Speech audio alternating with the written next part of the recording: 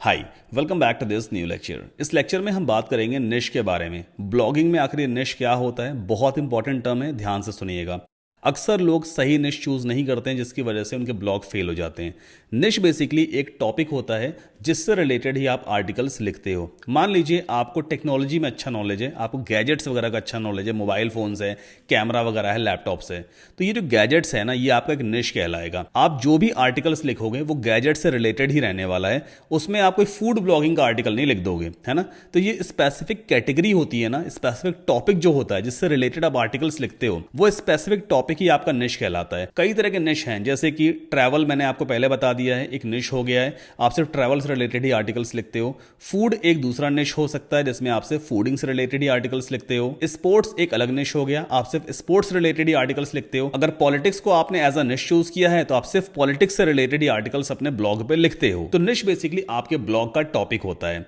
अब यहां पे निश भी काफी ब्रॉड होते हैं। ब्रॉड का मतलब क्या है, काफी बड़े निश हैं। जैसे कि मान लीजिए आपने फिटनेस या वेलनेस, ये एक निश है, आपने इसको चूज किया है, काफी ब्रॉड निश है। ब्रॉड निश क्यों है? क्योंकि इसके अंदर कई मल्टीपल सब कैटेगरीज आ जाती हैं, जिसे हम माइक्रो निश कहते हैं। अगर मैं फिटनेस एंड वेलनेस को डिवाइड करूं तो इसके अंदर डाइट प्लान एक निश आ सकता है, इसके अंदर योगा टिप्स से रिलेटेड एक निश आ सकता है। ये छोटे छोटे जो निश होते हैं ना, मतलब बड़े निश को डिवाइड करो छोटे निशेज में, तो वो छोटे निश माइक्रो निश कहलाते हैं। आप डाइट प्लान को as a micro niche choose करके सिर्फ इससे रिलेटेड ही आर्टिकल्स लिख सकते हो अपने ब्लॉग पे, और इस तरह के माइक्रो निश ब्लॉग जल्दी सक्सेसफुल होते हैं। अब डाइट प्लान अगर मान लीजिए आपने माइक्रो निश चूज किया है, तो उसमें किस तरह के आर्टिकल्स हो सकते हैं? कुछ ऐसा हो सकता है, secret recipe to boost immune system. कहीं ना कहीं किसी तरह की डाइट के बारे में इस आर्टिकल में बात हो रही होगी। या फिर 5 organic fruits for better eye vision, आंखों की रोशनी के लिए 5 बेस्ट ऑर्गेनिक फ्रूट्स आखिर कौन से हैं, वो हम इस तरह के आर्टिकल में लिख सकते हैं। तो कहीं ना कहीं अगर हम डाइट प्लान को एज अ निश लेकर के चलते हैं तो उसके अंदर इस तरह के आर्टिकल्स आ सकते हैं।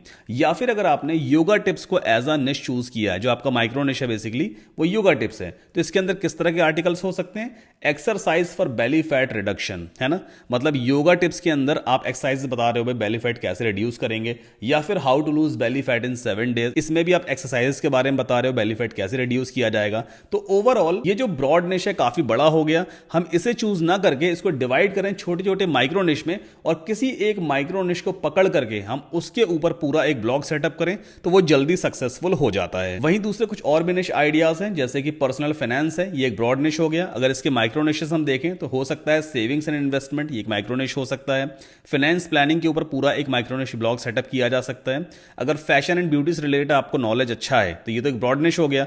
इसके माइक्रो निश कैसे हो सकते हैं? ब्यूटी टिप्स हो सकता है, इसके अंदर मेकअप ट्यूटोरियल से रिलेटेड आप पूरा का पूरा ब्लॉग सेटअप कर सकते हो। तो कहने का मतलब ये है कि आप बड़े टॉपिक्स को टारगेट मत करो, आप बड़े टॉपिक को डिवाइड करो छोटे छोटे माइक्रो निश में, फिर किसी एक माइक्रो निश को पकड़ के उस पर ही पूरा ब्लॉग सेटअप करो। और माइक्रो निश ब्लॉग सेटअप करने का सबसे बड़ा फायदा यह है कि आप अपनी पोटेंशियल ऑडियंस बिल्ड कर पाते हो।